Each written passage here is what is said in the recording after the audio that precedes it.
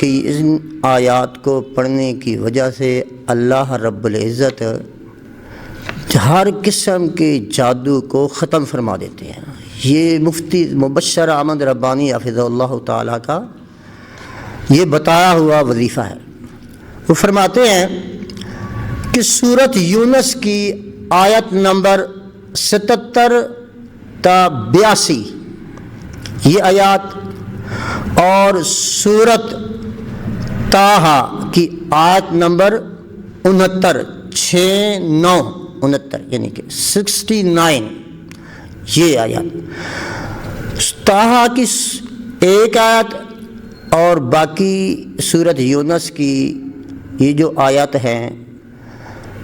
77 تا 82 ان آیات کو آپ نے 21 مرتبہ پڑھنا ہے صبح شام، 21 مرتبہ سورۃ یونس کی آیات کو، اور سورۃ طٰہٰ کی جو آیت نمبر ہے اس کو 81 مرتبہ پڑھنا ہے صبح اور شام۔ وہ فرمایا کرتے تھے کہ جو بھی یہ آیات پڑھے گا اللہ کی رحمت سے اس گھر کے اندر جادو کا نام و نشان مٹ جائے گا۔